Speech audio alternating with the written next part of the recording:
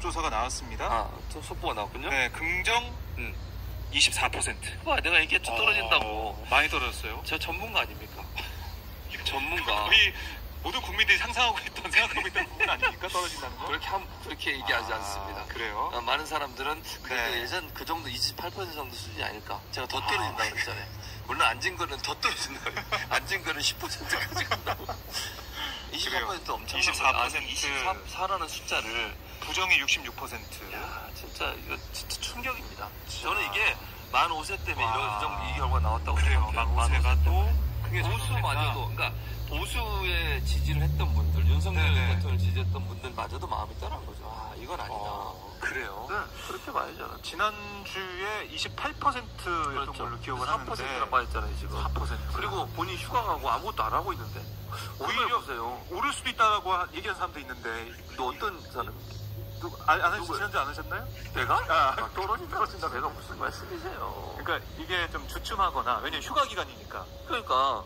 그랬는데? 근데 더 떨어졌어. 그러니까 이게 만약 휴가 아니었으면 더 떨어질 수 있어요. 만약 대통령이나 김건희 여사께서 계속 활동을 하셨으면 이보다 더 빠질 수도 있다. 그나마 휴가기 때문에 이 정도로 멈춘 건데 만 5세가 정말 치명타라고 저는 생각해요. 근데 이제 낸시 펠로시 때문에 보수가 또 싫어할 거야. 근데 보수는요, 미국과 친하게 바라거든요. 그거 안 만났잖아. 그리고 중국 눈치 본 듯한 태도로 보였잖아요. 그 보수들이 좋아하겠어요?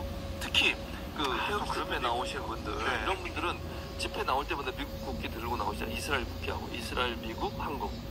무슨 연관성이 있는지 모르겠어요. 그러니까 이스라엘 국기를 왜 들고 나오는지는 지금도 미스터리예요. 박종 기자, 왜 이스라엘 국기를 들고 나오는? 이스라엘은 아마 이제 기독교 관점에서 좀 보시는 것 같아요. 제가 기독교인잖아요. 크리스찬. 아, 그렇죠. 이스라엘 전혀 관계없어요. 이스라엘하고 무슨 관계가 있어요? 아무 관계가 없어요. 이스라엘하고는.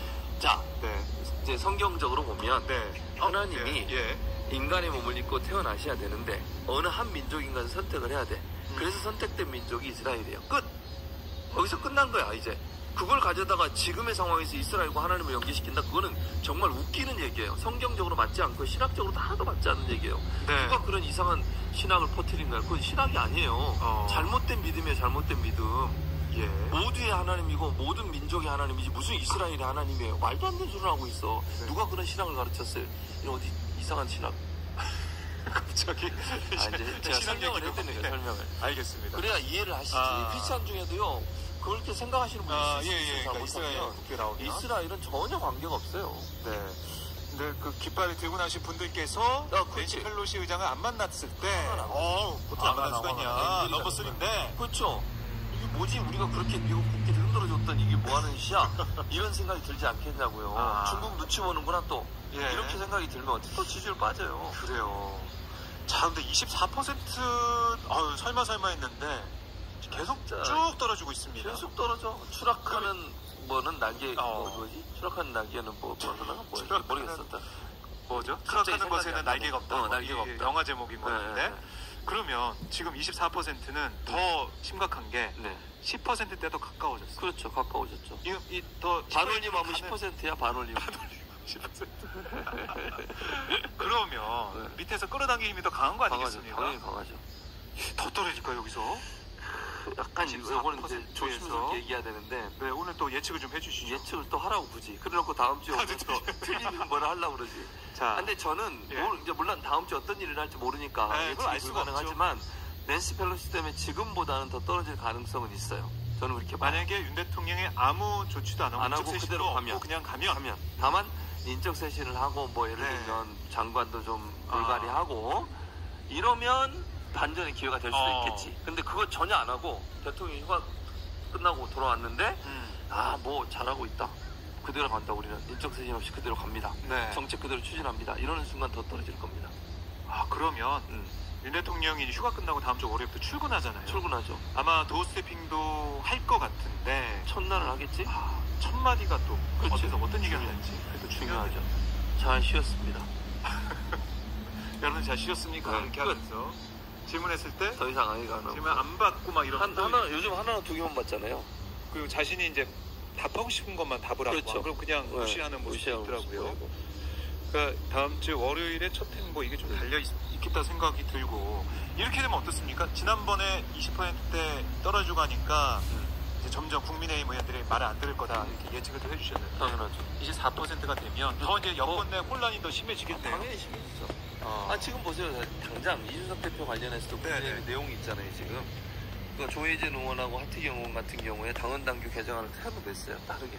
그러니까 지금 전국 중앙 상임정국이 오늘 열리잖아요. 예. 근데 그와 반대되는 입장에 있는 사람들이 생기잖아요, 지금. 조혜진, 예, 뭐 하태경 이런 분들. 허은하. 허은하는 세게 얘기하더라고요.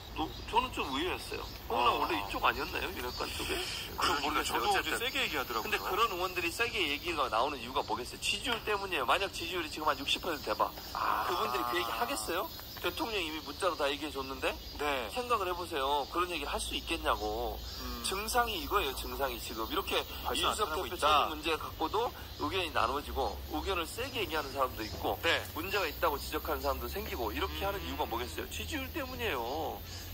28% 돼서 그랬는데 24%면 더 나오지, 더 나올 이제. 수도 있겠네요. 당연히 더 내부에서. 늘 말씀드려요. 국회의원은요. 네. 대통령이 누가 되든 상관없어. 관심 없어요. 그 사람들은. 그렇죠. 자기 배지에 관심이 있는 거야. 내가 당선되냐 마냐. 이게 오직 여기에만 관심이 있어요. 2024년 총선에 관심이 있는 예. 상황이다. 거기에 관심 있지. 뭐 윤석열 정부가 잘하고 못하고. 물론 뭐 윤석열 정부가 잘하면 국민의힘 의원 도움은 되겠지. 네. 근데 못하면 어떻게 되겠어요? 더 큰 피해가 와. 그렇죠. 그럼 계속 지적해야지. 하하.